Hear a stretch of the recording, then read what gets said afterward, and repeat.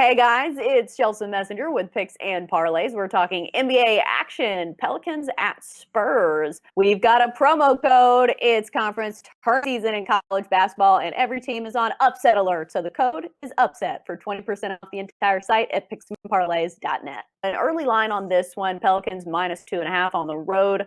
Total of 226.5. I believe these numbers will probably move as we kind of find out some of the injuries, who's playing for the Spurs. Namely, Spurs have had all kinds of issues when it comes to COVID, when it comes to injuries, and there is a laundry list of guys who are questionable for this game against the Pelicans. DeRozan, Rudy Gay, and Pelicans are 14-18, both straight up and against the number. Spurs 16-12. Straight up and against the number. Pelicans coming off a close loss to the Bucks, 129-125. And then you've got San Antonio coming off a loss to Oklahoma City, 102-99. We've got Lee from ASA joining us here to probably be a lot more knowledgeable on this than I am, at least how I've gotten off to the start. But Lee, initial thoughts on this one? Yeah, contrasting styles here between the Spurs and Pelicans. Pelicans, right, are one of the worst defensive teams in the NBA right now. They've got a defensive efficiency rating of 1.163, which is 28th in the NBA. Spurs, on the other hand, they're the 7th best defensive efficiency rated team in the league. But offensively, it flips.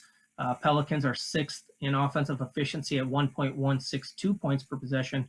Spurs 22nd at 1.066 points per possession. The big advantage that we see for the Pelicans in this game is rebounding. They're the 5th best offensive rebounding team in the NBA, 1st in defensive rebounds in the NBA at 40.7 rebounds per game. Earlier this season, they played in New Orleans. The Pelicans won 98-95 as a 5-point favorite. If we look at the home road numbers, there's really not much there. New Orleans 5-11 straight up on the road this year, with a negative differential of minus 3.4 points per game. Spurs have a losing home record. They're 7-8 straight up at home.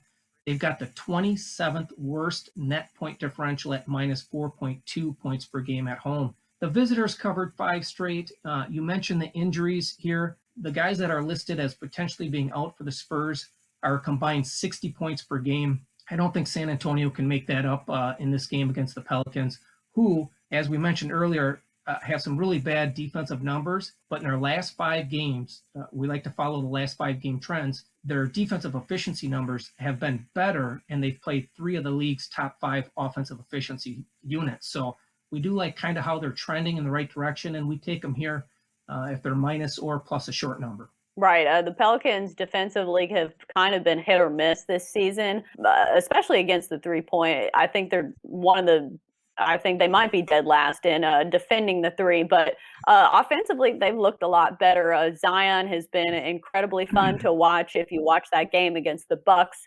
And also Steven Adams down low. He's not somebody people talk about a whole lot, but in his past 2 games, he has 28 rebounds. He has been a rebounding machine for the Pelicans, and then you add, Zion's usually grabbing some boards as well.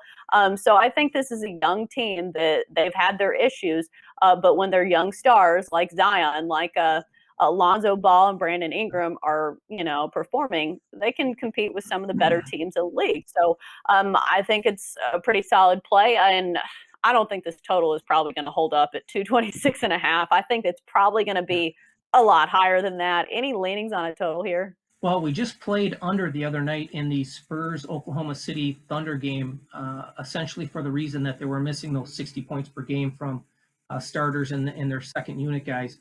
So I would probably lean towards the under again in this game, just based on that. And then, like I say, I think the Pelicans' defense has been better than their numbers, given that they've played some really good offensive teams here in their last 5 games. Yeah, I think just make sure and check the injury report on this one, because it will make a difference when you're, betting on a side or a total, and especially a total, I think. So that's going to do it for our NBA talk here on Picks and Parlays. Great stuff from Lee from ASA. Lee, thanks for joining us.